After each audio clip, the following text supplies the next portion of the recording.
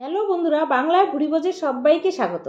আজ আমি আপনাদের কাছে শেয়ার করব এমনই একটি রেসিপি, দেখতে যেমন লোভনীয়, খেতেও কিন্তু বেশ অসাধারণ। এই আর মাছের ঝোল অত্যন্ত সাধারণ, কিন্তু এই সাধারণ রান্না করাই অনেক সময় সবচেয়ে কঠিন হয়ে দাঁড়ায়, কারণ মাছের ঝোলের হাজারো রেসিপি আছে। আজ মাছের ঝোলের একটি সহজ রেসিপি আপনাদের কাছে শেয়ার করব। এর উপকরণ সব বাড়িতেই থাকে, তাহলে চলুন দেখে নেওয়া যাক খুব সহজেই আমি কিভাবে তৈরি করি। প্রথমেই আমি এখানে মাছটা পরিষ্কার করে ধুয়ে নিয়েছি। এখানে 6 পিস মাছ আর 1 পিস লেজা আছে।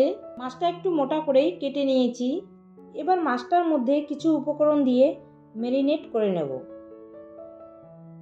প্রথমে পরিমাণ মতো নুন দিয়ে দিলাম, 1 চামচ হলুদ গুঁড়ো, হাফ চামচ লঙ্কার গুঁড়ো, এতে করে মাছের স্বাদ বজায় থাকবে, আর 1 চামচ সর্ষের তেল দিয়ে ভালো করে মেখে নেব।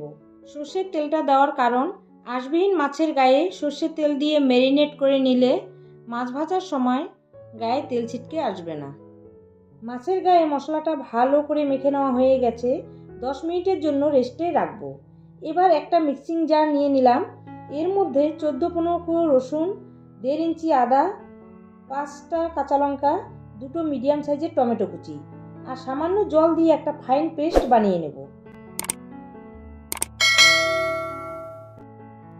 একটা সুন্দর মিহি পেস্ট তৈরি হয়ে গেছে। এবার এদিকে একটা কড়াই বসিয়ে খানিকটা তেল গরম করে নেব। 3 টেবিল চামচের মতো তেল দিয়ে দিলাম। তেলটা গরম হয়ে গেছে। এবার আগে থেকে মশলা মেখে রাখা মাছটা ভেজে নেব। এক পাশ ভাজা হয়ে গেছে, আর এক পাশ আমি একইভাবে ভেজে নেব। মাছটা ভাজা হয়ে গেছে, এপিট ওপিট হালকা লালচে করে ভেজে নিলাম। এবার একটা পাত্রে মাছটা তুলে নেব। এবার বাদবাকি মাছটা একইভাবে ভেজে নেব।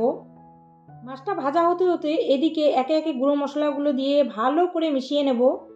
1 চামচের একটু কম হলুদ গুঁড়ো দিয়ে দিলাম, 1 চামচ জিরে গুঁড়ো, 1 চামচ আর হাফ চামচ কাশ্মীরি লঙ্কার গুঁড়ো, মানে 1.5 চামচ কাশ্মীরি লঙ্কার গুঁড়ো, হাফ চামচ রেগুলার লঙ্কার গুঁড়ো, 1 চামচ ধনে গুঁড়ো, 1 চামচের 3 ভাগের 1 ভাগ চিনি আর স্বাদ অনুযায়ী নুন। সামান্য জল দিয়ে ভালো করে মিশিয়ে নেব। ভালো করে মিশিয়ে নিলাম। এদিকে মাছটা ভাজা হয়ে গেছে, তুলে নিয়ে ফোড়নের জন্য গোটা জিরে হাফ চামচ, গোলমরিচ 8 থেকে 9টা, একটি শুকনো লঙ্কা, গোটা গরম মশলা, একটি তেজপাতা দিয়ে ফোড়নটা কয়েক সেকেন্ড ভেজে নেব। ফোড়নটা কয়েক সেকেন্ড ভেজে নিয়ে এবার 2টো মিডিয়াম সাইজের পেঁয়াজ কুচিয়ে রেখেছিলাম দিয়ে দিলাম। পেঁয়াজটা কিছুক্ষণ নাড়াচাড়া করে হালকা ব্রাউন করে ভেজে নেব।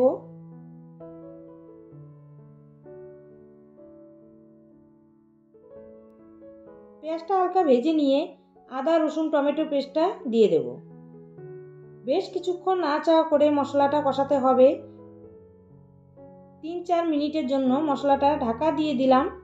ধিমে আঁচে মশলাটা কষাবো।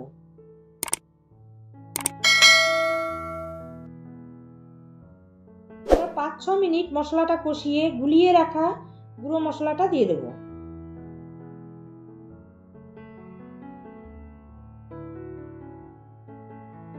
বাটি ধুয়ে সামান্য জল দিয়ে দিলাম।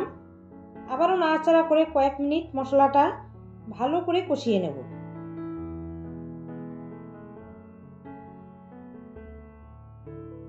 মশলাটা কষানোর পর 2.5 টেবিল চামচের মতো ফেটানো টক দই দিয়ে দিলাম। সামান্য নুন দিয়ে ভালো করে মশলার সাথে মিশিয়ে নেব।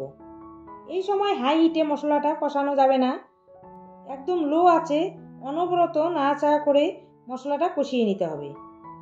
যখনই দেখবেন মশলাটা কড়া থেকে ছেড়ে আসছে, পুরোপুরি মশলাটা কষানো হয়ে গেছে, তখন ঝোলের জন্য পরিমাণ মতো উষ্ণ গরম জল দিয়ে দেব। এবার ঝোলটা ফুটে আসা পর্যন্ত অপেক্ষা করব। আমি বেশি জল দিলাম না, যেহেতু গ্রেভিটা মাখো মাখো রাখবো। ঝোলটা ফুটে আসা মাত্রই ভেজে রাখা মাছটা এক এক করে দিয়ে দেব। এবার ঝোলের সাথে মাছটা মিশিয়ে ঢাকা দিয়ে 5 মিনিট রান্নাটা হতে দেব। 5 মিনিট পর ঢাকাটা খুলে দেখে নেব নুন মিষ্টি ঠিকঠাক আছে কিনা। রান্নাটা কিন্তু আমার প্রায় হয়ে এসেছে। নুনটা পুরোপুরি ঠিকঠাক আছে। এবার এর মধ্যে 1 চামচের 3 ভাগের 1 ভাগ গরম মশলা গুঁড়ো আর অল্প কুচানো ধনেপাতা দিয়ে মিশিয়ে নেব। মিশিয়ে নেওয়া হয়ে গেলে 5 মিনিট ঢাকা দিয়ে স্ট্যান্ডিং টাইমে রেখে দেব। আপনারা একবার আমার মতো করে এইভাবে ট্রাই করেই দেখবেন, ভীষণই ভালো লাগবে। তাহলে বন্ধুরা, রেসিপিটা যদি ভালো লেগে থাকে লাইক, কমেন্ট, শেয়ার আর সাবস্ক্রাইব করার অনুরোধ রইল। পাশে থাকা বেল আইকনটা অবশ্যই প্রেস করে দেবেন, কারণ আমি চ্যানেলে যখনই কোনো নতুন রেসিপি শেয়ার করব খুব তাড়াতাড়ি আপনাদের কাছে পৌঁছে যাবে। তাহলে আজকের মতো এই পর্যন্তই। ভালো থাকবেন, সুস্থ থাকবেন, ধন্যবাদ।